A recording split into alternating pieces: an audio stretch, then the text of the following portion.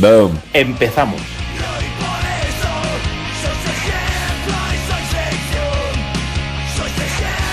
Hola, bienvenidos y bienvenidas al nuevo episodio de La Mecha, el podcast del Movimiento Antirrepresivo de Madrid. Hoy tenemos un número bastante especial e importante que nos hace bastante ilusión y esperamos hacerlo bien. Hoy tenemos un invitado bastante importante y especial. No tengo tantos adjetivos, perdóname. Especial es posible, importante ya es muy relativo. Bueno, Cuidado con el culto. estamos con Manuel Pérez Martínez, conocido como Camarada Arenas. Bienvenido y muchas gracias por estar con nosotros hoy. Secretario general del Partido Comunista de España, reconstituido desde su fundación en 1975, y que después de un último periodo en prisión de 25 años, nada más y nada menos, desde noviembre del año 2000, ha estado preso hasta el pasado 5 de marzo, que salió por fin en libertad. Y pues que se presente él, ¿no? sí. Sí, bueno, soy efectivamente Manuel Pérez Martínez. Mi origen es de clase obrera. Nací en Melilla en el 44. Mi profesión es cayolista, pero más exactamente mi profesión es ser revolucionario. Soy un profesional de la revolución, pretendo serlo, ¿eh? Eso es importante matizarlo. Soy un leninista, marxista-leninista, y me considero un profesional de la causa, al servicio de la clase obrera. Y bueno, no sé qué más decir en mi presentación, ¿no? Bueno, está bien. Sí, bueno, sí. Hemos dicho que eres el secretario general del PCR. Sí. Si puedes un poco hablarnos de qué es, porque pues mucha gente no lo conoce. Mucha gente lo liga con los Grapo, un grupo armado que estuvo en activo, una organización armada que estuvo en activo durante varias décadas. Y un poco pues que nos hables de qué es realmente. Bueno, el PCR es una organización política proletaria. Se basa en los principios del marxismo-leninismo. Nuestro objetivo es hacer la revolución socialista en este país. Y bueno, fue reconstituido, nosotros lo llamamos así, porque consideramos que el Partido Comunista de España clásico fue un partido verdaderamente revolucionario, que fue destruido por los carrillistas, por el revisionismo moderno. Y por eso, una vez que llegamos a esa conclusión, hace ya muchos años, antes por supuesto, de la reconstitución, en los años 60, nos planteamos la reconstrucción de este partido, ¿no? De manera que no hay una ruptura en cuanto a los principios, los objetivos, etc., ¿no? Esto sucede en un momento en que el régimen fascista español entra en crisis, en un momento dado. Habíamos estado trabajando durante bastante tiempo, unos 6-7 años, para la reconstrucción del partido, y es en el 75 cuando decidimos que había llegado el momento de dar el paso a la reconstitución, al Congreso reconstitutivo. Había habido antes una conferencia nacional de todas las organizaciones, preparatoria del Congreso, y era el momento propicio para ir a la reconstitución. Ya lo exigía la situación, ¿no? No podíamos estar funcionando como una organización más. Tenemos que proclamar ya la necesidad del partido y su existencia, ¿no? Y claro, no acaba ahí la labor de reconstrucción del partido. Eso es, se puede decir que no acaba nunca, ¿no? Pero ya como tal partido, el partido se está reconstruyendo continuamente, ¿no? Y más en la situación de nuestro país, donde hemos sufrido muchas represiones, muchas caídas, muchas detenciones, y la cuestión de la reconstrucción es permanente prácticamente. Estamos reconstruyendo porque ellos están destruyendo también. Te habíamos comentado que tú eras el secretario general del PCR, pero que había siempre como mucha confusión con la vinculación al grupo armado Grapo. Ah, sí. Entonces, si nos podías explicar un poco cuál era la diferencia, Sí. Cuál es la vinculación o no. Sí, es importante porque es una referencia muy clara. Cuando nos detienen en la reunión del Pleno, que se celebró inmediatamente después del segundo Congreso, venía haciendo propaganda a la prensa y los medios del régimen del carácter terrorista del partido, ¿eh? Nos vinculaba a los Grapos, hablaban de que éramos el Estado Mayor de los Grapos, y en esta detención, una buena oportunidad, ellos esperaban, porque se creen sus propias mentiras, de que iban a encontrar allí, en el lugar donde estábamos reunidos, llevamos varios días reunidos, pues un arsenal, ¿eh? Y por supuesto todo tipo de documentación, como mínimo comprometedora, ¿no? Y la cuestión es que no apareció absolutamente nada, ¿no? Teníamos las cintas grabadas, las actas del Congreso que se había celebrado 2 meses antes, estaba todo grabado ahí, estaban los documentos para la reunión, está enfocada para poner en marcha todos los acuerdos y resoluciones del Congreso, toda la documentación estaba allí, y allí no había absolutamente nada de nada. La prueba de que fue así es que cuando fuimos juzgados, ya fue, creo que fue en el 79, no recuerdo exactamente la fecha, ya con la llamada Constitución Democrática aprobada, se nos condena por propaganda ilegal y asociación ilícita, en las condenas que nos imputan. Y nos meten en la cárcel por eso. Nos mantienen ya desde el 77 en la cárcel, acusado de terrorismo, con todo este tipo de acusaciones, y en la Audiencia Nacional somos condenados por propaganda ilegal y asociación ilícita. Pero cuidado, la Constitución ya había sido aprobada. El nuevo régimen democrático vuelve a condenar a los comunistas por lo que éramos realmente. Entonces, la misma Audiencia Nacional, se puede consultar los documentos, las sesiones de allí, queda muy claro en nuestras declaraciones y en la documentación disponible de las reuniones, etcétera, que una cosa son los grupos como organización armada, antifascista, y otra cosa es el PCR como organización política, que nuestros objetivos podían coincidir, por supuesto, nosotros también somos antifascistas, pero no necesariamente los planes y proyectos, y mucho menos las acciones, ¿no? Eso quedó jurídicamente demostrado. Y eso ha sido así todo el tiempo. Ahora bien, quiero matizar una cosa, es importante. Nosotros no hemos negado nunca, lo vamos a negar, y lo hemos declarado en todos los procesos y todos los juicios que se han celebrado, que en los grupos había militantes comunistas. Algunos de ellos pertenecían a nuestro partido. Pero que esto no suponía una vinculación orgánica, ni mucho menos. Gente que había salido de nuestro partido porque quería incorporarse a la lucha armada, por sus motivos, ¿no? Y una de las exigencias que nosotros imponíamos, siempre hemos impuesto, es separarlos del partido. Ahora, no te vamos a quitar las ideas, por supuesto. Incluso allí donde vayas, damos por sentado que vas a defenderlas. Por supuesto van a ser las ideas del partido, no otras, ¿no? Y esto es todo. Luego en las cárceles, efectivamente, nos hemos encontrado durante muchos años, hemos compartido juntos en la prisión, hemos formado una comuna conjunta, hemos trabajado y nos hemos relacionado más que como amigos, como verdaderos hermanos, hemos sufrido las mismas prisiones, las mismas torturas, las mismas vejaciones, las mismas humillaciones, y eso nos ha emanado.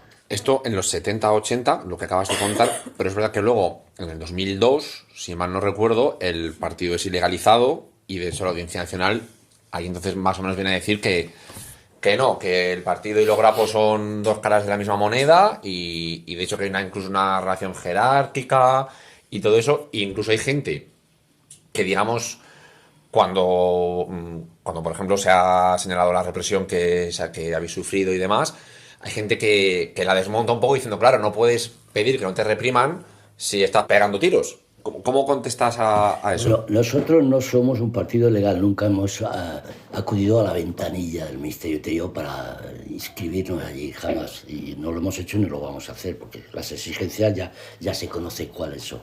Tienes que aceptar el sistema, la llamada Constitución democrática, y otra serie de condiciones inadmisibles para nosotros. No éramos legales, pero que tampoco éramos ilegales. La prueba está en que no solo a este juicio que nos hicieron por pertenencia a la dirección del partido, sino todas las detenciones que ha habido posteriormente, incluso antes de camaradas, ha sido por asociación y propaganda. No había ningún dato, ninguna prueba, ningún testigo, nada que nos acusara de pertenecer a la organización armada. Ahora bien, y por aquí puede venir el interés del Estado, del gobierno de turno, por acusarnos y argumentar en ese sentido. Jurídicamente no había ninguna base. Ahora, política sí que tenían un motivo, y hay que reconocerlo. Y es que nosotros tomábamos posición, teníamos que ponernos de lado de los que luchan a favor de la democracia, de la libertad, se oponen a la represión de aquella manera, y los que colaboran con los represores. Y nosotros jamás hemos colaborado ni vamos a colaborar con los represores. La famosa ley de partido viene por ahí. Después se promulga la ley de partido y es la que nos convierte en malos.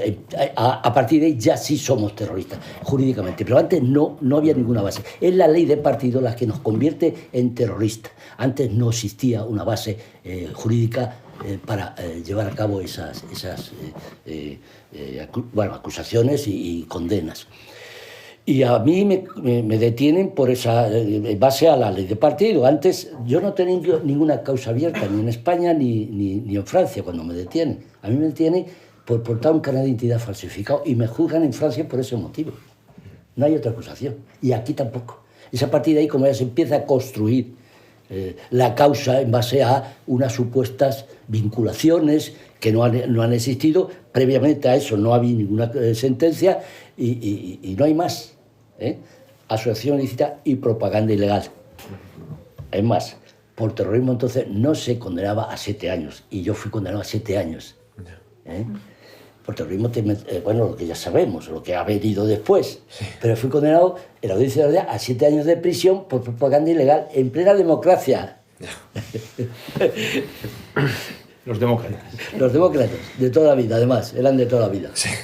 Esta es una de las misiones o las tareas que tiene encomendada todo el verdadero Partido Comunista. O sea, no rehuir los problemas sociales, políticos que surgen en la sociedad contemporánea. Y uno de ellos es lo que ellos llaman violencia terrorista y que para nosotros es lucha de resistencia. Una forma de las muchas que se dan en la sociedad actual. Una de las formas. Y ante eso tomamos posición, lo acabo de decir, tomamos posición. No nos vamos a poner de lado a los represores.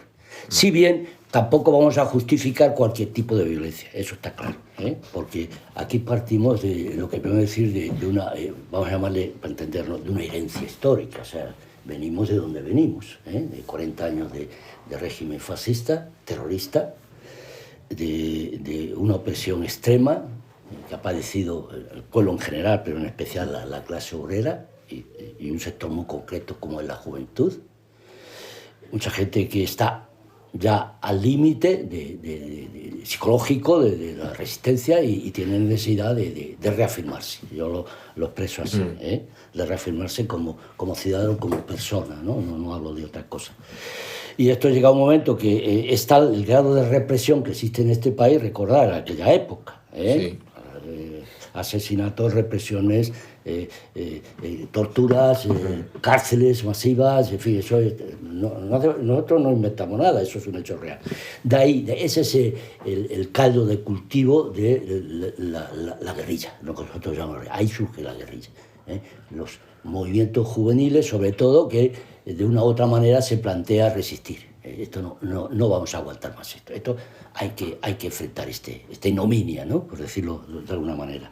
De ahí surgen los grupos, como surgieron la ETA en Euskal Herria, como en Cataluña surgen los de Tierra Lliure y otro tipo de organizaciones. Los anarquistas antes también han estado. Por supuesto, hay una historia de lucha armada que parte ya de la derrota del Frente Popular, con los guerrillas, los maquis. O sea, eso no es una novedad. Vivimos en un país, por no hablar ya de la historia de la guerrilla, de la época de la independencia. Sí, inventores, ¿no? La guerrilla es un término que solo se expresa en castellano, no hay una traducción en otra lengua, eso dice mucho. España es un país de guerrilleros.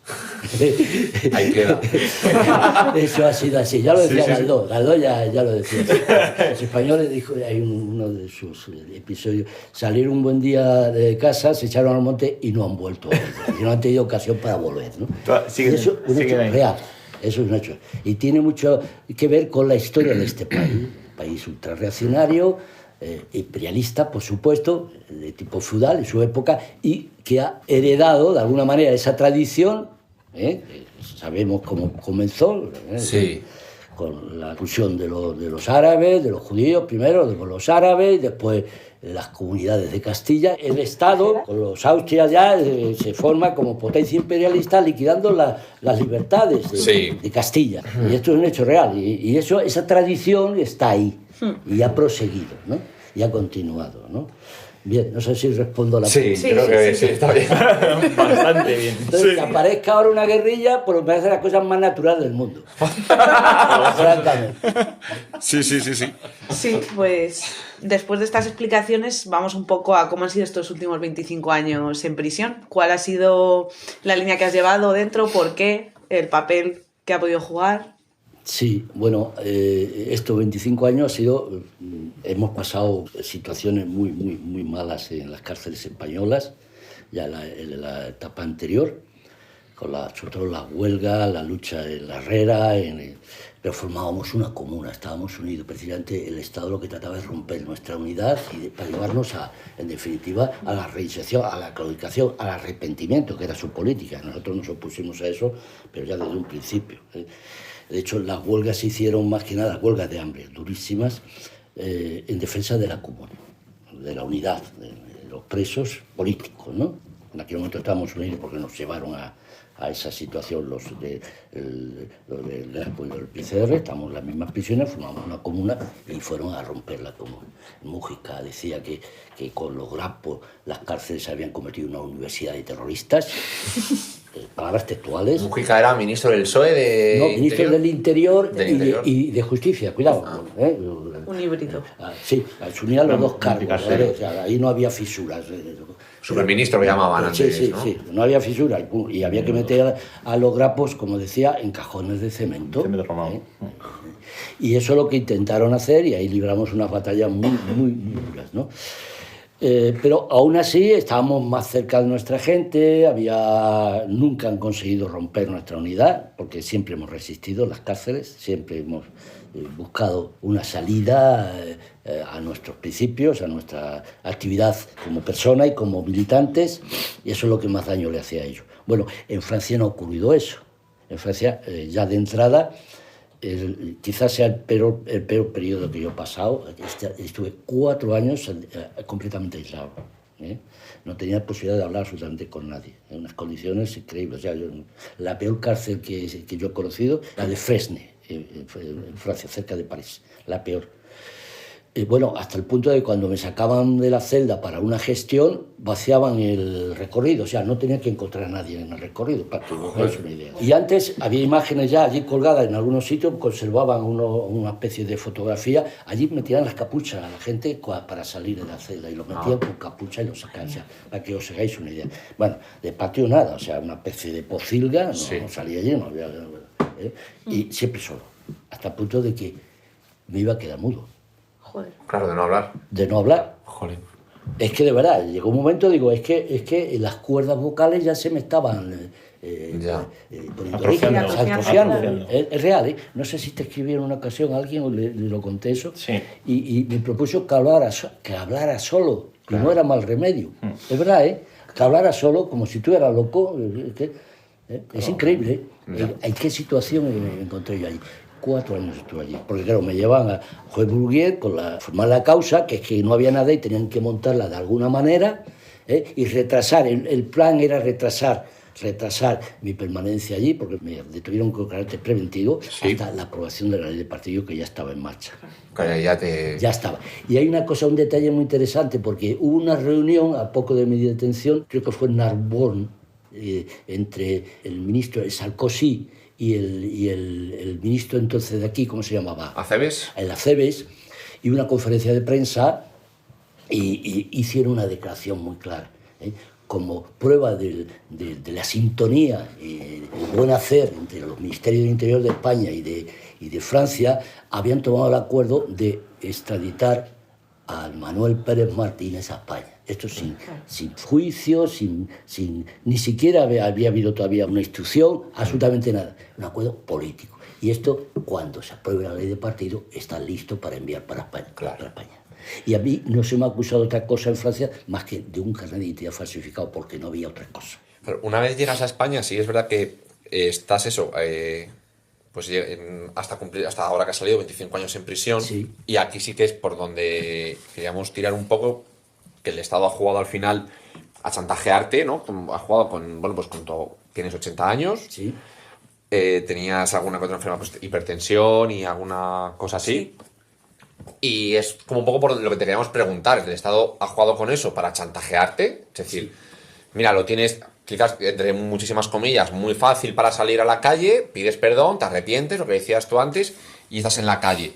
Jugando además con una situación crítica de salud y demás. Y sin embargo tú has decidido que no, que no voy a bajar la cabeza, que no renuncio a mis ideas. Y habrá mucha gente que no lo entenderá, que dirá, joder, pero es que... Pues oye, mira, firmas un papel, que luego es mentira, que luego no pasa nada, que luego haces lo que te da la gana. Y sales y vuelves a luchar. Y sales y vuelves a estar organizado y luchando y tal. Entonces, explicar un poco por qué no has caído en eso. Ese era el argumento supremo que utilizaba eso. De esto nadie se va a enterar. Por ejemplo, en las huelgas, tú comes que nadie se va a saber qué estás comiendo. ¿No?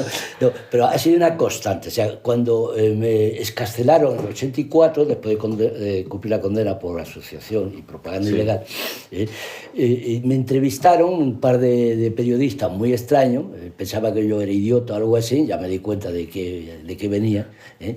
Y claro, me querían hacer preguntas, una entrevista, pues muy bien, yo estoy abierto a lo que haga falta. Había muchas cosas de que hablar, de muchas preguntas pendientes que responder, y digo, pues muy bien. Claro, estos venían a proponerme en fin, que no habría problema, que todo podía resolverse perfectamente bien, que incluso siempre podía haber una financiación por ahí para el partido, que en fin, que... Wow. Incluso ya aprovechaba y me invitaban a una especie de fiestecita que habían organizado. El pack completo. Dije, bueno, yo, además iba yo de luto, estaba, en fin, no hacía tanto que había muerto mi padre y tal. Y digo, no, lo siento, yo no puedo, porque le dije, estoy de luto. Estoy de luto, no puedo ir de fiesta ahora, ¿no? Bueno, esto es una prueba, pero ha sido una constante, ¿eh? Y sobre todo, esto se ha canalizado a través de las llamadas negociaciones. Ahí estaba la clave, porque claro, no era una cuestión personal mía, ¿no? Yo podía influir en un sentido o en otro, ¿no? Y estos primeros entrevistadores venían a tantear el terreno y a ofrecerme una salida honrosa, ¿no? Bueno, pero en la negociación ahí participa ya directamente toda la organización, todo el partido, incluso los grapos. Estamos juntos en la misma prisión, claro. Surge por ahí una propuesta, vienen ellos, no somos nosotros, vienen ellos a proponernos una salida, ¿vale? Por supuesto, estamos por ello, nosotros no somos lo que vosotros decís que somos. Los chicos de los grapos están aquí, o sea, tenemos relaciones con ellos muy buenas, podemos hablar con ellos, etcétera, ¿no?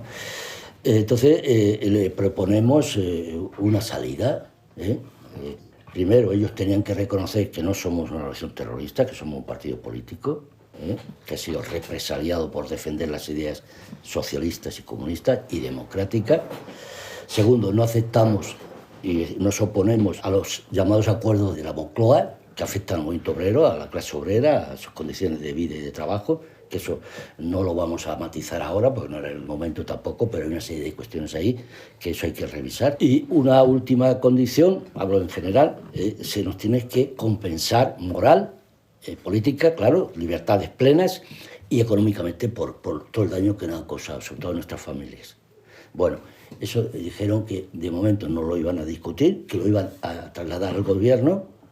Era Suárez, en la época de Suárez. Suárez estaba con el agua al cuello y estaba buscando, yo estoy convencido de eso, estaba buscando una solución al problema de los grapos, porque le había caído tantísimos problemas y conflictos, y buscaba una solución. Porque claro, ya tenía los militares encima, se lo iban a cargar y buscaba por todos lados una solución. Eso quedó suspendido hasta que se celebraron las elecciones generales, ganaron los felipistas, y entonces ya dijimos, ya se acabó la negociación. Dijimos, entre nosotros, lo batimos ahí y dijimos, bueno, hay una condición importante. Nosotros, ¿en qué podíamos contribuir a la paz, que llaman ellos, no? Pues claro, si se cumplen esas condiciones, nosotros que ya tenemos muy buenas relaciones con los chavales estos de los grapos, podemos convencerles argumentando de que no hay necesidad de la resistencia armada, porque vamos a poder hacer un trabajo abierto, amplio, no vamos a ser reprimidos. Ten en cuenta que habían asesinado un montón de camaradas, nuestros y de ellos, ¿no? O sea, si esto se cumple, estas condiciones, en nombre de nuestra clase, del pueblo, podemos decir, dar un paso para facilitar un proceso, voy a llamar entre comillas, un proceso pacífico hasta donde lleguemos. Pero eso lo vamos a respetar. Entonces nosotros lo que proponíamos que si ellos cumplen las condiciones que le estamos proponiendo, nosotros abogaríamos y pediríamos a los grapos que se disolvieran públicamente, para que no hubiera ningún engaño, ninguna trampa, públicamente hicieron una declaración de disolución. Pero se tenían que cumplir esas condiciones. Entonces, la cosa quedó suspendida así. Entonces, cuando llegan los felipistas, decimos, esto viene ya, el discurso de Felipe González en las Cortes fue clarísimo, o sea, de la investidura, o sea, era la guerra sucia, claramente. Incluso los medios legales se lo proclamaron. Un ambiente de guerra sucia se respiraba ayer en las Cortes, decían algunos comentaristas. Y efectivamente, era la guerra sucia. Y a partir de ahí se suspendió. Luego viene, cuando gana el Aznar las elecciones, vienen con la historia de la negociación. Cuando gana, después de... ¿Cuántos años transcurrieron? 14. 14 años. Sí, 96. Después de 14 años se presentan los tipos estos con la historia de la negociación, pero esta vez ya, claro, ya venían con sus propias propuestas. Su propuesta, o la respuesta a nuestra propuesta anterior era, yo no estaba en la cárcel, a través de la gente que estaba en la prisión, yo hacía tiempo estaba volando por ahí. Bueno, Se fue al monte y de momento no ha vuelto. Es así. Bueno, entonces vienen con la proposición de lo que El País, en los editoriales, habían publicado varias veces, lo que ellos llamaban paz por presos. Se para la lucha armada, se disuelven los grapos, entonces iremos soltando poquito a poco a los presos. O sea, 20 primero, después 5, después tal, los últimos ya los que tienen un delito más, tardará más, era su propuesta. Bueno, nuestra propuesta fue iros a hacer puñetas. Iros a hacer puñetas. Se acabó. Así fue. La paz por libertad, más que... Y luego en esta última etapa de lo que es ya este siglo... Bueno, ya no ha sido... ha habido, pues bueno, había una represión muy fuerte, muy dura, pues estábamos prácticamente, efectivamente, no desarticulados, porque el partido no ha dejado de existir y de trabajar. Yo llegué a un momento en que, no solo yo con mi compañera nos tuvimos que ir al monte, estuvimos en el monte mucho tiempo, en invierno, eso no lo sabe nadie, pero nos tuvimos que ir porque no teníamos a quien recurrir, todo estaba mordido, ¿no? Todo estaba ya controlado, no había ningún sitio al que acudir porque la policía había hecho una labor en profundidad, tanto aquí como en Francia, con los servicios de allí, claro, y nos estaban empujando a volver aquí para liquidarnos, no era otra cosa. Entonces optamos por echarnos al monte para salir del cerco. Rompimos el cerco en nuestra pequeña gran marcha. y desde allí volvimos a trabajar, a reorganizar el partido. Y los grapos siguieron por su camino, resistiendo como pudieron, y así ha sido. Ahora que dices esto, porque claro, también hay mucha gente que tú, de eso, si buscas en la prensa o en internet o en Wikipedia, oficialmente el Partido Comunista de España reconstituido tiene fecha de disolución. O sea, que diga el Estado o que la gente sepa, en 2002 fue disuelto, fue legalizado y disuelto, sin embargo acabas de decir que no. En ese sentido te quería preguntar, porque el otro día, el sábado pasado, hubo pues una comida homenaje que se te hizo aquí en Vallecas y dijiste unas palabras. Y dijiste una cosa, ¿no? Porque te quería preguntar, ahora que has dicho que, bueno, que no ha sido, que sigue la actividad y demás, pues dijiste, ahora también nos toca a nosotros cambiar ciertos aspectos de nuestra táctica política y eso es una cuestión importante que quiero transmitiros. Ahora lo que se nos plantean son tareas políticas y sociales de tipo ideológico y de organización. Así es, siempre ha sido así, pero ahora de una manera más clara. ¿Por qué lo digo esto? Porque entonces apoyábamos la lucha armada de una manera abierta. Publicábamos todos los comunicados de los grapos, defendíamos a los militantes presos de esta organización, denunciábamos la tortura, etc. Ahora, aparentemente no hay motivo para eso, no hay a la vista, lo que tengo delante, no hay ninguna organización armada operativa al menos, ¿no? Entonces, ¿qué pudiera ocurrir? Es una hipótesis, ¿no? De que mañana surja un grupo dispuesto a pegar tiros, nosotros de luego no nos vamos a marcar, como nunca lo hemos hecho. ¿Por qué? Porque las condiciones son muy diferentes. Ha habido casi 40 años, o 30 o 40 años de desarrollo de la vida política, social, etcétera, económica, por supuesto, y la situación internacional influye muchísimo también. Cuando surge la guerrilla, ya al principio del movimiento, todavía existía el campo socialista, existía la URSS, existía un movimiento revolucionario más o menos extendido, estaba la China socialista, hoy eso ha desaparecido, ¿no? Cualquier movimiento de clase que se proponga la lucha armada, no, pienso yo, otra cosa es resistir la represión, los crímenes, que van a por ti, te vas a defender, eso está justificado, en mi opinión siempre lo estará, ¿no? Pero otra cosa es plantearlo como estrategia para la toma del poder. Hoy eso, de momento, es no digo una vía cerrada, puede surgir mañana o pasado mañana, ¿no? Sí, pero hoy por hoy no... Hoy no es viable, sería, vamos, no ya un error, sino una locura, no tiene sentido. Yo no le veo ningún sentido, ¿eh? Esa es la cuestión. O sea, lo cual no quiere decir que renunciemos a los principios, a la ciencia histórica, económica, política, que dejan muy claro, y la experiencia histórica sí lo demuestra, que el cambio de un tipo de sociedad a otro no va a ser pacífico ni parlamentario. ¿Cómo se va a dar en concreto? Ya veremos. Todo depende de lo que es la correlación de fuerzas, la situación internacional favorable, la crisis del sistema. Eso queda ahí. Hablando de principios...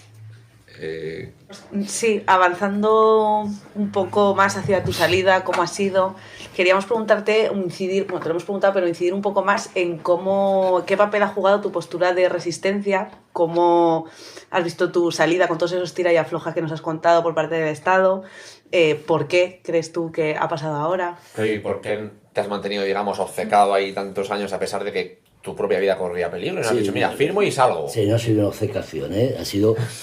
Bueno, pero... ha sido una... Es que como te lo he preguntado antes, no me has respondido, te pico porque a ver si... Vale, has hecho bien. Se pasa, hay muchas cosas de es como un Jordi Évole. Sí, ha sido una posición adoptada en base a una actitud muy consciente. O sea, yo sabía, porque estaba en la cárcel, a qué me exponía cuando empecé a militar en el movimiento, y he asumido todo eso. O sea, yo lo he dicho muchas veces, incluso allí en la cárcel. Yo soy preso político, soy una persona consciente de lo que ocurre a mí y lo que ocurre en la sociedad.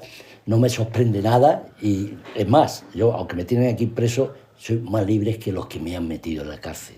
Es una expresión hecha, si quieres, pero eso es verdad. Eso es verdad. Entonces, a mí todo esto me ha reafirmado en mis convicciones. No me ha debilitado en ningún momento. En ningún momento. Y es más, antes hablé de las dificilísimas condiciones en que me vi en Fresne, pues separado, no había cámara, no tenía contacto, no había posibilidad, alejado de la familia, todo era muy difícil. Pero aún así, después hubo un periodo, cuando ya se cumplió el periodo de la instrucción, que fueron los 4 años que me tuvo el Bourrier allí, de aquella forma. Entonces me trasladaron a otra prisión donde pude estar con otros camaradas, porque a nosotros nos detuvieron 7 en París, en la caída. Entonces nos separaron y a mí especialmente me aislaron, ¿no? Y entonces en esa prisión, en Fleury-Mérogis, creo que se llama en francés, bueno, allí pudimos, como siempre, formar una pequeña comuna en nuestra forma de ser y de actuar, y empezamos a hacer una labor muy interesante. La escuela de esta prisión la convertimos en un taller del partido. Eso no lo sabe nadie. Allí empezamos a recopilar textos que nos enviaban de la calle, textos del partido, documentos, y editamos varios libros de textos y documentos del partido. O sea, quiero decirte con esto que nosotros, la cárcel no solo no nos ha cambiado, sino que nos ha reafirmado, y siempre que hemos encontrado una rendija o un pequeño hueco para poder ejercer nuestra actividad como militante, unidos, preocupados por la causa, lo hemos hecho, siempre. Lo cual quiere decir que, claro, la cárcel aquí está aislado, las limitaciones han sido enormes siempre. O sea, yo no me he encontrado con ningún camarada en la cárcel, ni con ningún militante, con gente de vascos sí, varios, pero ellos van a lo suyo, como siempre, y yo iba a lo mío, ¿no? Sí. Y de manera que yo nunca me he sentido aislado, a pesar del aislamiento, jamás, nunca me he sentido aislado. Siempre me he sentido apoyado, arropado, y sobre todo, es muy importante, últimamente, la labor que es real, la labor que estáis haciendo aquí los de los del movimiento Marx, del mar. Puede ser. Eso me ha llegado allí siempre. Yo en los boletines me llegaban de una u otra manera, las noticias, y eso se ha hecho un buen trabajo. Estas asambleas que se hacen todos los años, yo he tenido noticias, las croniquitas, todo eso me ha llegado. O sea, yo me sentía parte del movimiento, aún a pesar de mi aislamiento. Eso es así. No sé si he respondido. ¿Sí? Sí, en plan... Si falta algo, apunta. No, era porque es... O sea, ¿por qué es importante no arrepentirse? ¿Por qué es importante? Madre mía. Porque hay mucha gente Hasta esos militante. niveles hay que no explicar. lo Sí, entienden, es que- increíble. Hay gente militante. O sea, lo que se escucha todo el rato es, ¿para qué vas a estar en la cárcel? Es mejor que estés fuera, a toda Sí, costa. ganan más en la Vas- fuera claro. que sí, renunciando a lo A que todo. supuestamente vas a hacer fuera. Eso es es una falsedad completa. O sea, quien renuncia en la cárcel, es más, yo me he enfrentado a los que te dije, porque hablando con ellos he dicho, los que entran aquí como militantes y salen arrepentidos no son presos políticos. Ahora mismo ya no los considero así. El que se arrepiente en la cárcel ya no es un preso político. Es un preso común, es libre de hacer lo que le dé la gana, pero yo no lo voy a considerar preso político. Lo desestimo como tal preso político. No digo los desprecios, porque ya no se trata de eso, ¿no? Pero está traicionando la causa por la que ha estado luchando y por la que ha entrado en la cárcel y por la que su pueblo ha sufrido y sigue apoyando. Y eso es inadmisible. Pero eso ocurre en personas que no son conscientes tampoco, no son comunistas, no son marxistas. Entonces, bueno, son nacionalistas que, han tenido una racha, se han prestado a esto o a lo otro, mañana cambia la dirección del viento y con la dirección del viento también su posición, su postura. Es muy lamentable, pero eso es una realidad. En nuestro caso no es así. En el caso de los comunistas, por supuesto que ha habido algún arrepentido e incluso traidores. Cuidado, ¿eh? Siempre ha sido así y lo sigue siendo. Pero eso no tiene nada que ver con la causa del comunismo ni con el partido, en absoluto. No sé si está claro. Sí, ahora sí. Yo solo quería puntualizar un poco, porque, jolín, o sea, has hablado de las campañas de solidaridad que te han llegado y tal, que nosotros como Movimiento Antirrepresivo de Madrid hemos participado de ellas, pero que, jolín, que no somos solo nosotros, que son campañas que llevan desde antes de que nosotros naciéramos, que se han hecho en un montón de sitios más allá de Madrid, y que son trabajo de un montón de gente que también hay que... Sí, pero no me ha llegado tanto como... vaya. La proximidad. Es que somos pesados. Es verdad. Son muy Quizás insistentes. hay que resaltarlo. O sea, la seriedad, la constancia, la verdadera dedicación. Eso es muy importante, porque me llegaba un boletín que al final, una vez solo, y me lo quitaron, de un grupo anarquista, Tocata. Tocata. Sí, Tocata, sí. Y es buena gente. Yo recibí el boletín una vez y esto estaba prohibido en la cárcel. Prohibido, nada de nada, ¿no? Bueno, y no tienen contacto con gente así, porque, no porque lo rechacen, sino que no hay posibilidades, ¿no? Pero en el caso del mar es diferente. O sea, está más abierto, tiene más contacto, tiene más posibilidades, qué sé yo. No lo conozco en detalle, ¿no? Pero la verdad es que a mí me ha llegado información puntual de las actividades del mar, ¿eh? Y como yo supongo que todos los colegas, ¿eh? Pues Qué bien, ahí mamá. queda.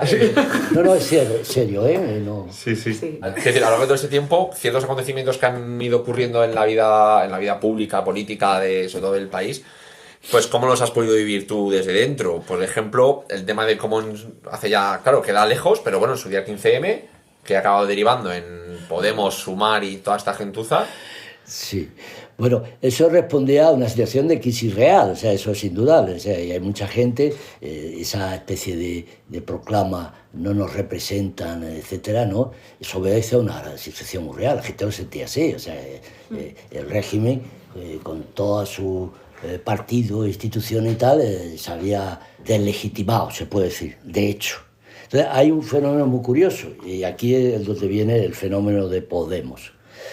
El movimiento está ahí, es un movimiento de carácter espontáneo o semi-espontáneo, es decir, no está dirigido por un partido, claro, por supuesto, por mi partido estamos en la cárcel, casi todos. No hay posibilidad siquiera de influir de una manera directa, entonces hay gente que se aprovecha porque está en posiciones de hacerlo. Claro. Y son los 4 profesores, los 4 listillos, que se presentan como los salvadores y que tienen una misión muy clara. Y yo esto lo he leído, creo que fue en el ABC, creo que fue en el ABC.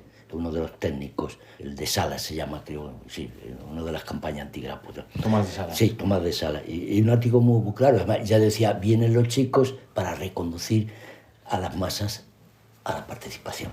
Porque claro, esto no iba bien, ¿eh? No estaba bien encauzado, y este movimiento ha nacido como tal movimiento político con esa finalidad, ¿eh? Evitar que se desmadre el personal, que se desborden los cauces y que tengamos una situación de crisis real. Y esta es la misión que ha jugado los podemitas famosos. Y claro, esto, su planteamiento, su propaganda es que hasta que llegaron ellos, esto había sido un país democrático. Había fallado al final, lo que justifica la aparición de esta gente. Pero toda la resistencia, la represión, el terrorismo de Estado es que no ha existido. Después, cuando está en el Congreso, hace referencia a la Calviva, sí. Pero es un... anécdota. Sí, es una anécdota casi, ¿no? Por cierto, que le sentó muy mal a los socios, ¿no? Pero esta gente se presenta como los salvadores, pero como los continuadores de algo que ya ha existido, cuando no ha sido así. Es mentira, no ha existido tal democracia en este país. Ellos se han montado en la cresta de la ola para reconducir al movimiento espontáneo de protesta, de alguna forma antifascista, hacia los cauces, porque no se pueden romper esos cauces, porque eso es lo peor que puede ocurrir, ¿no? Y si de paso ganan... Y claro, y después algo... lo que ha ocurrido, claro, eso tenía un interés particular y personal, claro. Era un movimiento hasta ahí, una vez que se han colocado, a ver quién se lleva la tajada, claro, y aquí quítate tú de ahí, que me pongo yo, etc. O pongo un bar. Un bar o un chale en la sierra. No, y al final, claro, y al final, efectivamente, al final viene el chalecito, el bar o la cadena, ¿no? Sí. Es que todo eso, eso era lo que buscaba esta gente y sigue buscando, ¿eh? Son la segunda ola, después de los carrillistas y de los socialfascistas, los del PSOE, son la segunda o segunda, yo creo, la segunda ola de colaboración con el sistema en momentos clave. Pues a nivel nacional, no sé si quieres hablar de algo más. Yo iba a ir ya directamente a... Quizás el procés. Ah, bueno, claro. Sí. También el De tema. autodeterminación. Sí, ahí tenemos un problema muy semejante al peligro real del desbordamiento del movimiento popular que exige el reconocimiento de Cataluña como nación que es, y unido a esto las reivindicaciones de carácter popular, etcétera, ¿no? Eso es muy importante, ¿no?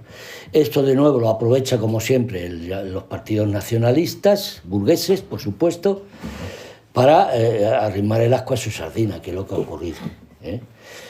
Pero claro, había algunas cosas que cumplir, claro, para contener a la gente dentro de los marcos de ese nacionalismo, tenían que exigir una serie de transacciones, de reivindicaciones, de traspaso, tal, que estaba ya incluido en el inicio de la reforma y que no les han sido concedidas. Y los burgueses nacionalistas lo que buscan es eso, en realidad, no busca otra cosa, ¿eh? Es así.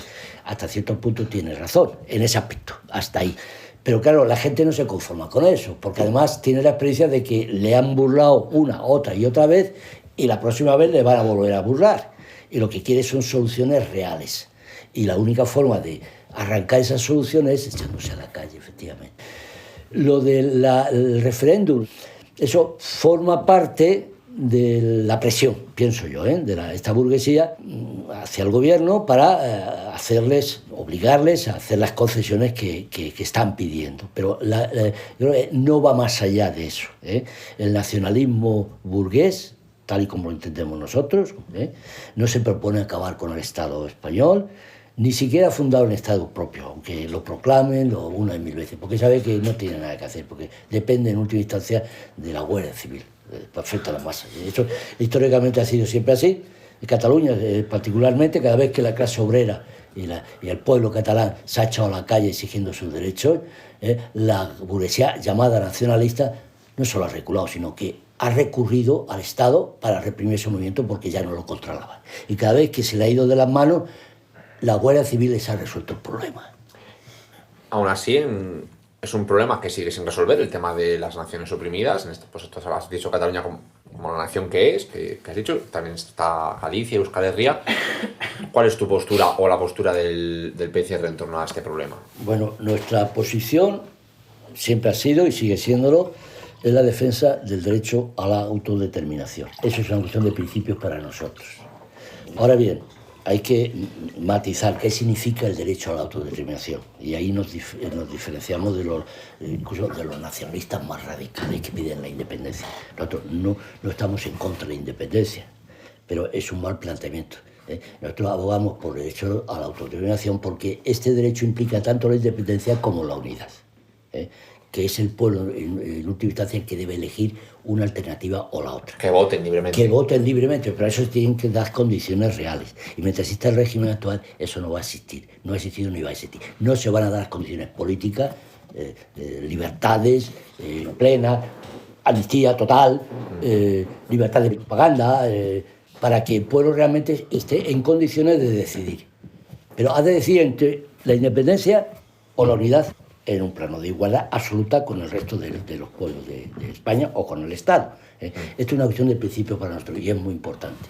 No nos oponemos a la independencia si el pueblo lo decide, pero el pueblo tiene que estar en condiciones de decidir realmente si desea, si quiere la independencia o la unidad en condiciones de igualdad. Esta es una cuestión fundamental, que los nacionalistas jamás se han planteado ni se pueden plantear, porque lo suyo es los nacionalistas más, voy a decir, consecuente. Otra cosa es que sea posible del planteamiento nacionalista llegar a la independencia, que es lo que nosotros ponemos en cuestión. Eso no va a ocurrir. No va a ocurrir porque a la burguesía no le interesa simplemente. Es que es así de sencillo. Entonces, ese tipo de independencia no se va a dar. Solo se podría dar en el caso de que el pueblo se uniera y tirara abajo al Estado actual y crear un régimen de verdaderas libertades. Solo en esas condiciones podía tener verdadera opción a la independencia. Pero también tiene la otra opción, que es lo que debe, por lo que nosotros abogamos. ¿Queréis uniros o separaros? Es decir, nosotros apoyamos la decisión que toméis y vamos a apoyaros si es la independencia, pero al 100%. Y yendo un poco más al campo internacional, con los momentos tan convulsos que estamos viviendo, la guerra en Ucrania, el tira y afloja de Estados Unidos y China y un montón de cosas más, ¿cuál es un poco tu opinión? ¿Cómo crees que va a afectar todo esto a la clase trabajadora? Bueno, aquí hay dos cuestiones importantes. Hasta ahora, toda la propaganda de la burguesía, y sobre todo en el seno del movimiento popular, obrero popular, de los, voy a llamarlos por su nombre, de los trotskistas, fundamentalmente, se ha basado, ¿no? Esto es un hecho real, en la idea o la tesis del imperialismo. Nosotros llamamos imperialismo. Hay un hegemón ahí, que son los Estados Unidos, que es el que manda absolutamente en todas partes e impone su soberana voluntad. A través del dólar, pero sobre todo a través del ejército, de la OTAN. Es el amo de la barraca. Nosotros siempre hemos puesto en cuestión esto. Esta concepción se basa, atención a esto, no me quiero extender porque es meternos ya en cuestiones, ya decir, muy profundas. Aguas muy sí, se basa en una teoría de un tal Mendel, que habla de que el leninismo ya no es vigente, porque según dice el Lenin se basó su teoría sobre el imperialismo y la revolución proletaria, que decía un momento muy concreto de la historia, de la Primera Guerra Mundial. Aquello pasó, el capitalismo se recuperó, el socialismo se ha ido a pique y lo que tenemos no es una crisis del sistema, sino una onda larga, que ellos llaman, de desarrollo económico, No me quiero extender porque... Entonces, en base a esta onda larga, lo que nos dice que de revolución socialista nada, de historia del proletariado menos, de economía planificada ni soñarlo, y quien plantea es la economía de mercado, la democracia, eso sí, pues, con nombre socialista, todo lo que sea, pero de revolución socialista absolutamente nada de nada. Y según ellos, la experiencia histórica lo ha confirmado, es todo lo contrario. Lo que tenemos es una crisis muy profunda de un sistema que se está sosteniendo con la violencia brutal.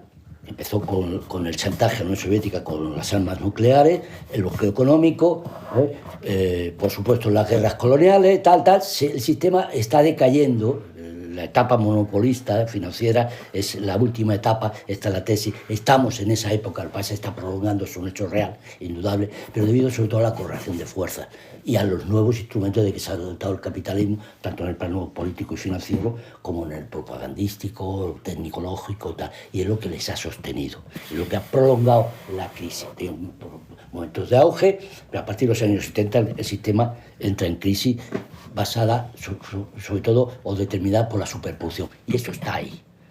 Los chinos le ofrecieron una salida. La caída de la Unión Soviética les ayudó también a mantenerse. Pero ha vuelto. O sea, la superposición está ese gran problema, que es el que tenemos ahora encima. El Trump también es una mala bestia, es indudable, pero lo da a la situación de crisis en la que está Estados Unidos y el mundo capitalista. Eso es un hecho real. Y está buscando una salida que no existe. Con el Biden buscaban la guerra directa ya con la Unión Soviética, con Rusia, son los duendes del inconsciente.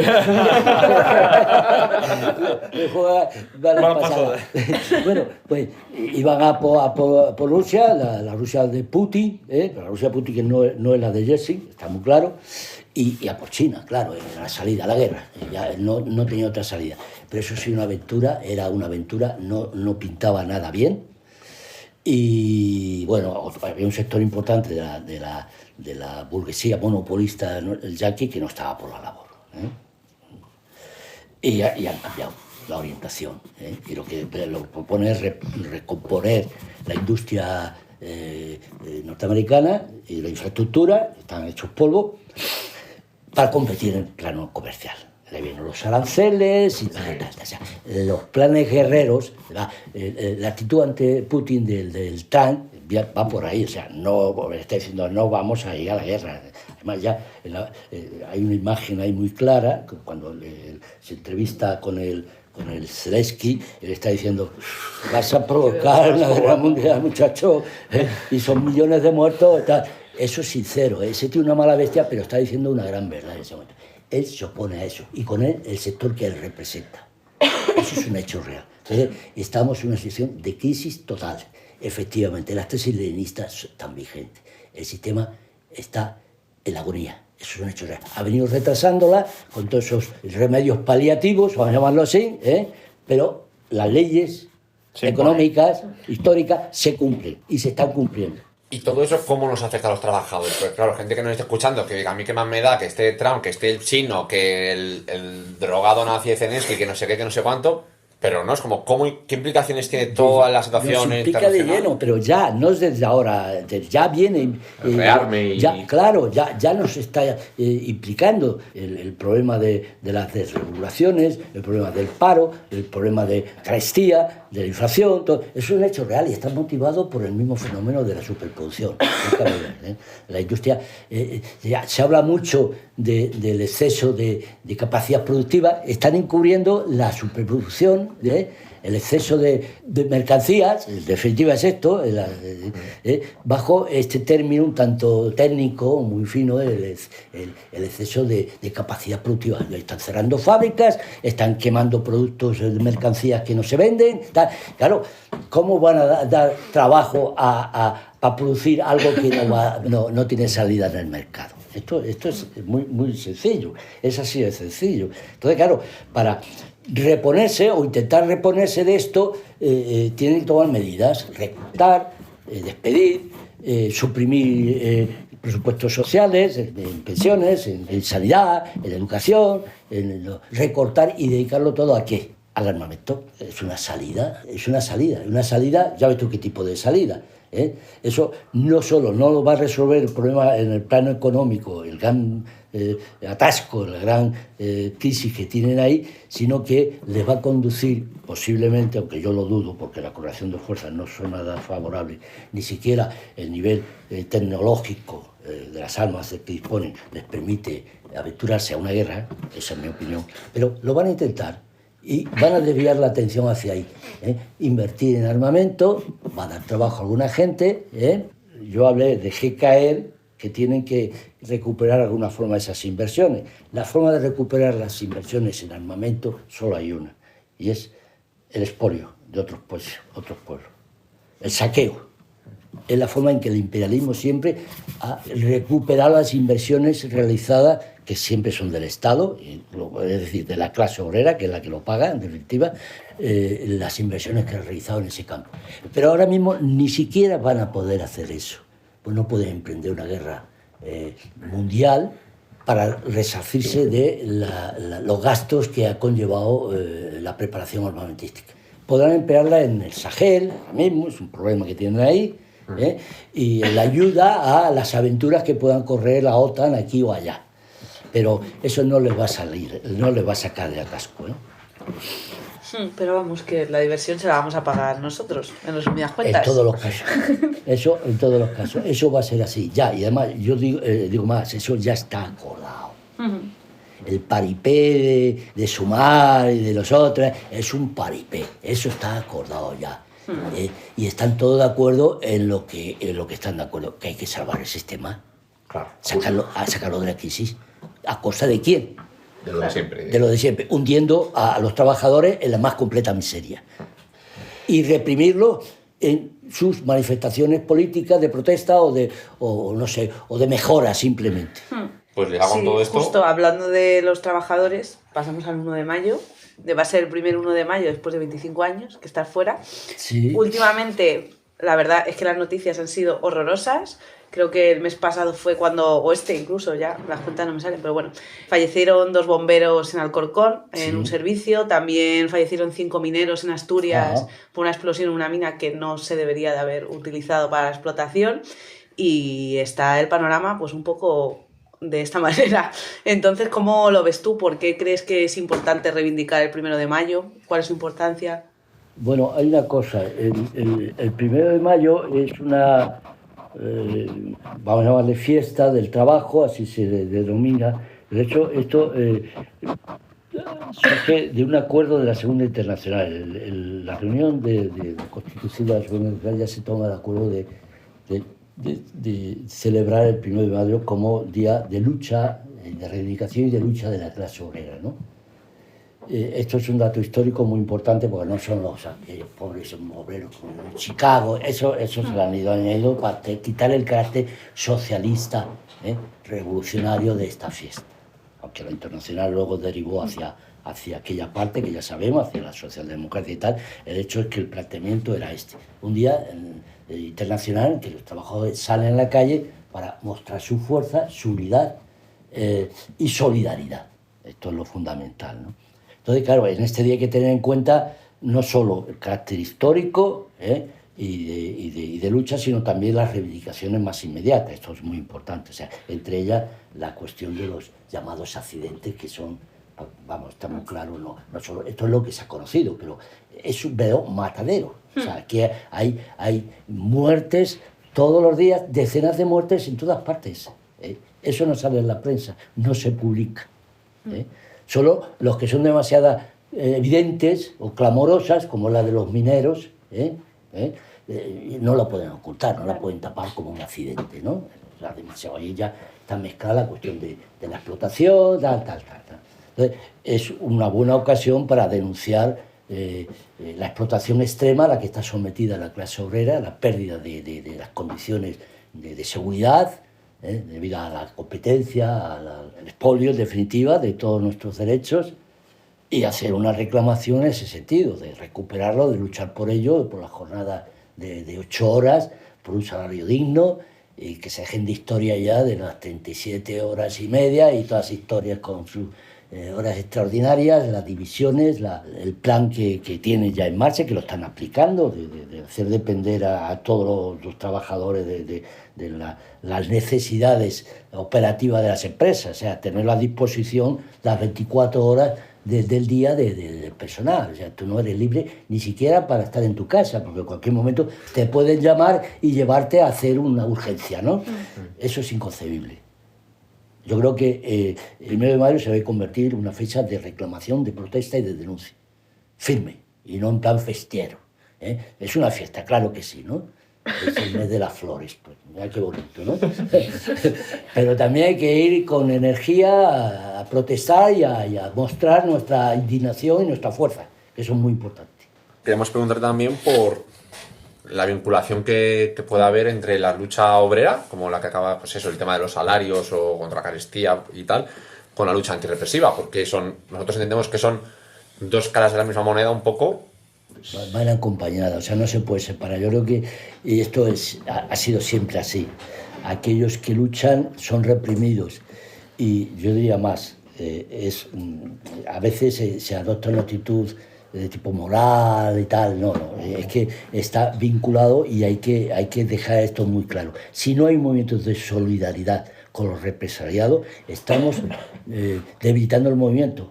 Porque aquellos que, no hablo por mí, ni por mi partido, pero yo me pongo en el lugar de represaliado, que se ve solo en un momento dado en la cárcel sin tener un apoyo. Eso demoraliza muchísimo. Y hace que mucha gente que es testigo de este hecho también se demoralice y dé marcha atrás, no se comprometa, por así decirlo, ¿no? Entonces, eso hay que resaltarlo. Si queremos conseguir nuestros derechos y nuestros objetivos históricos, hay que apoyar no solo en la calle, sino también a los que luchan, a los que caen, a los que... Por ejemplo, en la insurrección del 34, se extendió en muchos sitios. Cataluña, el País Vasco y en Asturias, donde tuvo tanta fuerza, ahí hubo una masacre. Ahí, Franco, con la Legión, tal, hizo una verdadera masacre. Y tuvieron a miles de obreros. Son 30.000 o 40.000, creo que la cifra. Bueno, pues el movimiento de Frente Popular tuvo como base la lucha por la amnistía total de los mineros, de los represaliados en el 34. Fíjate si fue importante eso.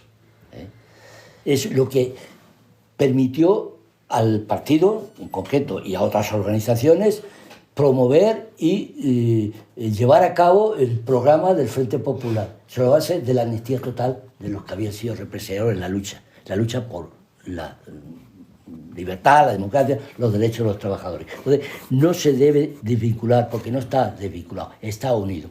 Los que luchan necesitan, y yo diría más, deberían de exigir el apoyo. De verdad, yo esto lo he pensado algunas veces, no por mí, repito, digo, ¿cómo se nos puede pedir que sigamos firmes si no contamos con el apoyo que nos respalda y apoya a nuestra propia familia? Porque tenemos a la familia, no solo el apoyo al preso político, al prisionero, al represaliado, también a su familia, que muchas veces queda desamparada. Eso es un hecho real. Y, vamos, muy lamentable que aquellos que hablan de la lucha, del sindicalismo, de la solidaridad y tal, se olvidan de ese aspecto que es lo esencial en lo que respecta a la solidaridad y el contenido de la lucha. Debe ir unido. Y si no existe un movimiento de solidaridad organizado, una de las tareas principales de todo partido es crearlo. Nosotros hemos trabajado desde hace mucho tiempo por el Socorro Rojo Internacional. Ya lo planteamos.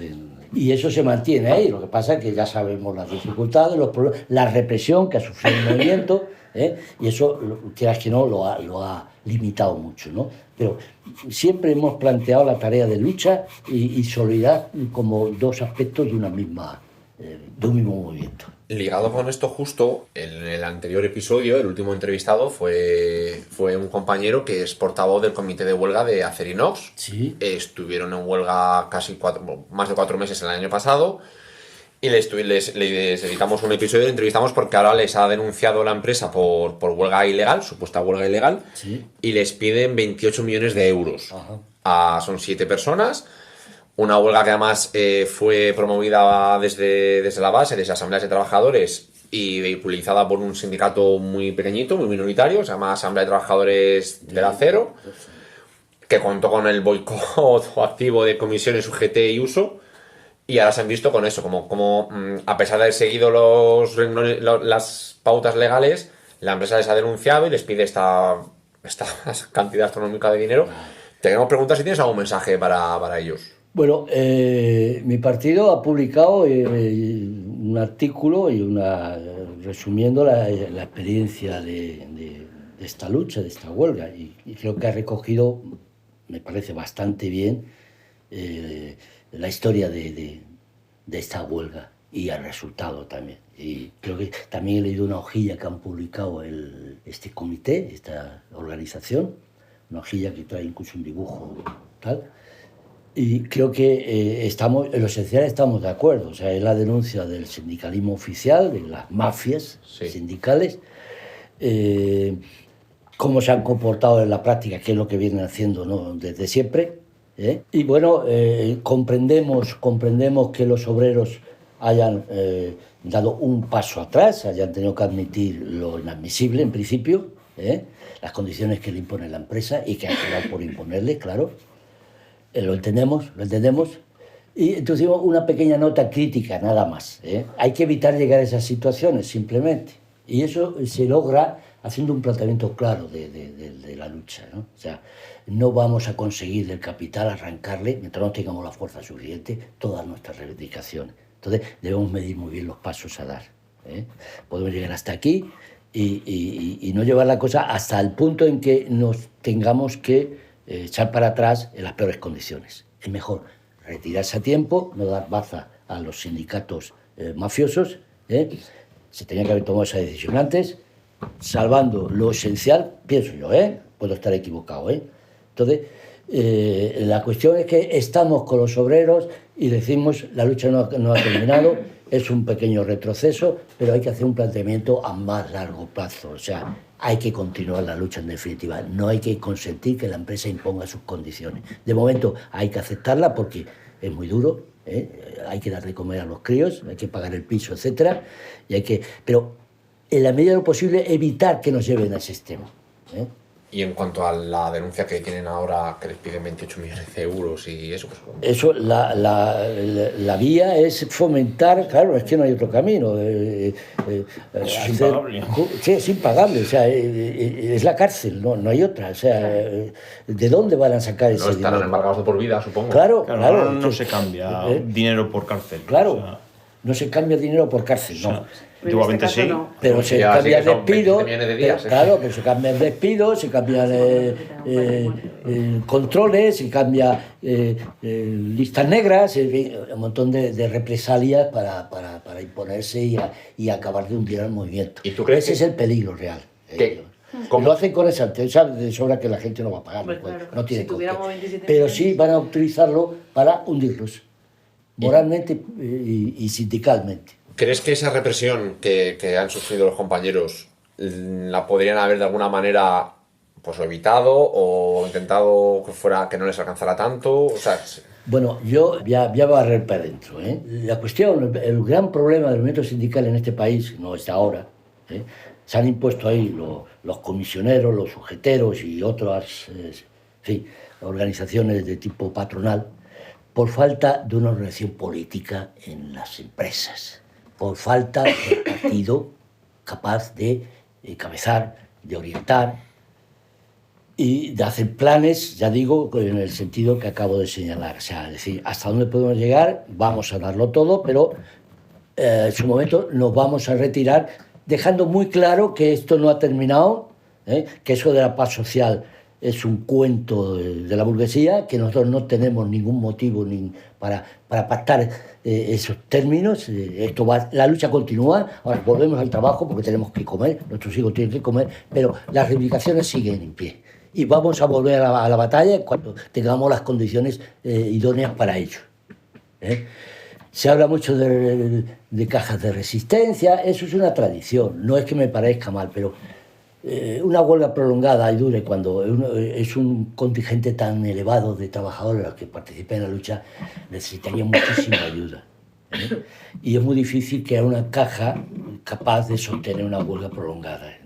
Es muy difícil. Entonces, en mi opinión, es un planteamiento claro de la lucha, tiene que ir acompasada del desarrollo del conjunto de los movimientos, de manera que cuando nos lancemos a un combate de este tipo tengamos el apoyo de toda la población, de otras fábricas, de otras zonas, y se genere un conflicto real que obligue no ya a la patronal, sino al mismo Estado a intervenir y decir al patrón, oye, para eso como sea, que ha ocurrido muchas veces, porque se nos está liando una gorda por un asunto que al fin y al cabo se puede resolver económicamente. Un ejemplo. Entonces, pero esto se hace desde un planteamiento de la lucha sindical diferente al que se viene dando, que es de tipo espontáneo. Hay un conflicto, un follón, se despide o hay una reivindicación, vamos a la huelga, tal, y ahí en el despido y la liamos. Y nos embarcamos en una lucha de alto vuelo sin tener capacidad de resistencia, porque además tenemos dentro a los cuartelillos, que son los comisioneros, los jorgeteros, que son verdaderos cuartelillos de la policía y de la Guardia Civil, que están actuando desde el principio contra el movimiento. Y están esperando el momento para llegar al acuerdo con la patronal, convocar la asamblea más favorable para ellos y hacer aprobar un acuerdo que, como en este caso, nos deja tirados. Sí. Está pasando en educación en Madrid, que está pasando ahora con Juli y UGT, una cosa que son en todos lados. En todos lados. Entonces, no es una solución milagrosa, que quede claro, no es sencillo, prueba de ello que estamos en ello desde hace muchísimos años y no acabamos de cuajar un movimiento de ese tipo, pero no hay otra posibilidad. Es una lucha, nosotros la definimos así, de carácter sindical, vinculada a la organización política del partido, generada a través de lo que llamamos los círculos obreros, les llamamos así, su círculo obrero más o menos consciente, obreros avanzados, que plantean las reivindicaciones en el momento apropiado, el partido las respalda, no solo en la fábrica, sino prepara el apoyo en otro sitio, coordina, etcétera. Esa es la forma posible de lucha sindical. Sindicatos legales, ¿no? Sí, es vamos a decir, un sindicalismo sin carnet, sin cotas, no aparece. Además, esto está vinculado al movimiento asambleario, es que está vinculado, o sea, es la asamblea que se convoca en un momento dado y después se disuelve, y la asamblea se elige a los representantes de ese movimiento, en esa fábrica, en ese momento, que pueden repetir mañana o pasado o no. Pero eso se ha disuelto y ahí ya la represión más difícil de ejercer. Pero la asamblea es la que va a decidir, y no el sindicato UGT o comisión obreras, que es la policía, es la patronal, sino la asamblea a través de su representante. Pero eso hay que elegir el momento y hacerlo de aquella forma. ¿Y quién va a dar continuidad a ese trabajo? Porque no hay un sindicato, no hay un centro, es el partido. Es la organización del partido en la fábrica, en el centro de trabajo y a donde surge el conflicto. Si no tenemos el partido, se va a producir una lucha, lo sabemos, puede salir bien, puede salir mal, lo cual no garantiza que en otro caso vaya a salir siempre bien, tampoco, pero hay más garantías de que salga bien. Con más apoyo y con una visión muy clara de la situación más favorable, ¿no? Yo creo que es valorarlo. ¿Y por qué el partido? Porque en el partido está la gente fogueada, gente que ya ha participado en muchas luchas, que se ha integrado en el partido porque tiene una alta conciencia política, no son unos pardillos, y sobre todo defienden los intereses de la clase obrera. Esa es la explicación, no hay otra. Sí, y bueno, para ir cerrando, y como estamos en el momento mensaje, como te habíamos dicho al principio, queríamos que mandaras un mensaje a la juventud. Estamos en un momento en el que evidentemente las condiciones de vida son pésimas, no van a mejorar, le toca a la juventud coger un poco el relevo de la lucha, lo está cogiendo un poco raro, por decirlo de alguna manera, y entonces, bueno, queríamos que mandaras un mensaje a la juventud de como te apeteciera. Bueno, se hace mucha demagogia también, siempre se ha hecho mucha demagogia con la juventud, ¿no? Aquí la juventud divino tesoro y tal. O otros que consideran a la juventud como la vanguardia, tampoco. O sea, Esos. Ni una ni otra. Es la clase obrera y la clase obrera incluye a la juventud obrera. Hay que hacer distinciones de clase, es muy importante. También un movimiento, es decir, más heterogéneo, que abarca otros sectores que no son obreros, que son, en fin, de clase media, etcétera. Ahí están muy implicados los estudiantes, sobre todo, y ahí mi partido, nosotros encuadramos lo que se ha dado el nombre del movimiento antifascista. Es el antifascismo, que no es de clase obrera exclusivo. Ahí están los obreros, están los estudiantes, los pequeños burguesías, los artistas, los poetas, pero es el movimiento antifascista. Yo creo que en lo que hay que poner toda la atención, para abarcar grandes masas, y los problemas más candentes actualmente es el movimiento antifascista, porque el enemigo actualmente principal es el Estado fascista, que nos explota, que nos reprime, que nos tiene asfixiados, que nos echa de las casas de cultura, donde no ofrece ninguna salida, y a lo que nos lleva es a la locura, en definitiva, a la droga, en fin, a la delincuencia. Y eso, la forma de evitarlo es creando un fuerte movimiento de carácter antifascista, por supuesto, vinculado al partido. Eso El partido debe trabajar, estamos trabajando para ello, y de hacer un llamamiento a la juventud. Yo llamo a la juventud obrera, fundamentalmente, pero no solo. No solo a la juventud. No, Yo lo siento, barro para casa, que voy echando años. pero fundamentalmente a la juventud obrera, esos Sí. chavales que no encuentran trabajo, que si encuentran trabajo son precarios o están sometidos a las ETTs. A mí me han metido todos los petardos que han metido los grapos, las ETT, que las calificaban como empresas esclavistas, no se han metido a mí. Joder. A mí me han acusado de las ETT. Los últimos juicios con condenas fueron por las ETTs. Porque nosotros combatíamos a las empresas de esclavistas, para la propaganda, lo denunciamos, eso es un hecho. Entonces, la inducción famosa, inducíamos a los grapos a poner petardos ahí. El último juicio fue su inducción, sin inducido, decíamos, pero ¿a quién he inducido yo? Claro, tiene que haber un inducido, ¿no? Porque si inducción sin inducido es igual, no inducción. O sea, pero aún así, vale, no he inducido, pero tú eres el responsable, tú lo has inducido. O sea, un ejemplo de cómo nosotros nos oponemos a la esclavitud asalariada y la explotación de la juventud obrera. Con los estudiantes tienen sus problemas, por supuesto. Pero lo que más nos interesa son los trabajadores, las familias obreras, los hijos de los obreros, que tienen que buscarse la vida de aquella manera. Sí, y precisamente esa gente que al final vivimos todos día a día, que la cesta de la compra cada vez más cara, que el salario de gas para menos, que el alquiler está por las nubes, que no puedes formar una familia, que no puedes, que vas a poner la lavadora y tienes que mirar cuando está algo más barata porque si no te van a clavar tal. También un mensaje de optimismo para toda la gente que está, que a lo mejor que está ahora mismo con agua al cuello, que esté desesperada, que no vea salida, pues un mensaje un poco para acabar.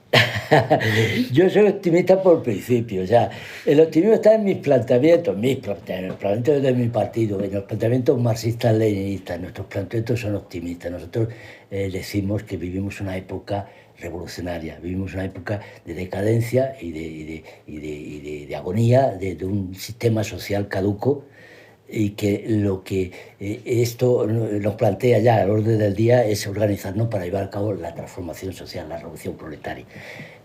La tesis del imperialismo está unida a la revolución proletaria. El imperialismo es la última etapa. Luego, la sociedad no se va a detener, va a seguir avanzando. ¿Hacia dónde? Hacia el socialismo, inevitablemente. Ese es nuestro optimismo. Lo que podemos decir a la juventud es que el porvenir está ahí, hay porvenir.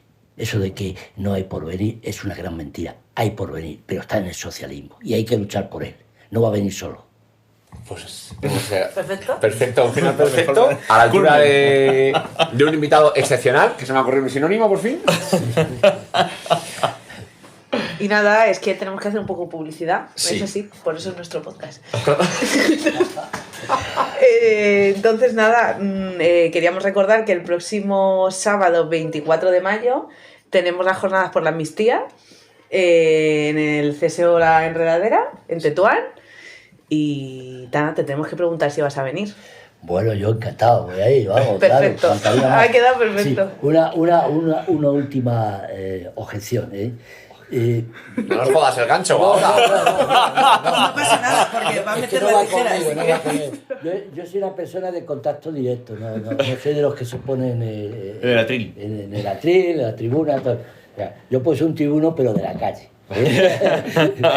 Un agitador, más que otra cosa, ¿no? Entonces, bueno, no me veo en ese papel. Además, considero que hay otra gente que puede hacerlo mejor que yo. Solo ir. Ahora, yo encantado de ir allí, participar. Y charlar con el que venga. Claro, y responder a todas las preguntas que hagan falta. O sea, Perfecto. es que tengo mi idea de que el que se sitúa ahí un poco arriba se separa, ¿no? Y está impartiendo, pero no responde al interés real, a la pregunta, tal. Esa es mi concepción. No se expone, claro. Entonces, yo estoy más a gusto hablando directamente de los corrillos con la gente. El otro día, en una prueba clara, yo iba de corrillo en corrillo. Te llevaban, ¿no? Me Vaya, rompieron la espalda a golpes y yo, claro, me golpean la espalda. Yo soy más de eso. Ahora, si hay que dar un meeting en las tablas, también lo hice, ¿eh? O sea, Bueno, nos vale para que la gente tenga ganas de venir. El gancho está perfecto. Es perfecto. Así Se que va a nada. llenar, va a ser un sitio pequeño, yo creo. Pues muchísimas gracias otra vez nada que... por haber al estado contrario, hoy. al contrario, de gracias nada. Es lo que hay que hacer, lo que corresponde hacer, ¿eh? Y lo hacéis muy bien, de verdad, Gracias. de verdad. Hemos tenido días mejores. Sí. Y pues nada, ya. Y nada, nos vemos en el siguiente episodio. Sí, no tenemos fechas importantes más allá de lo del 24 de mayo. No, Nuestras redes, como siempre, Movimiento Antirrepresivo de Madrid o Antirrepre Madrid. sí, en todas. En canal de Telegram, Instagram, Twitter. Twitter y Facebook y todo. Y nos vemos en las calles y en las asambleas. Y ya está. En el próximo episodio.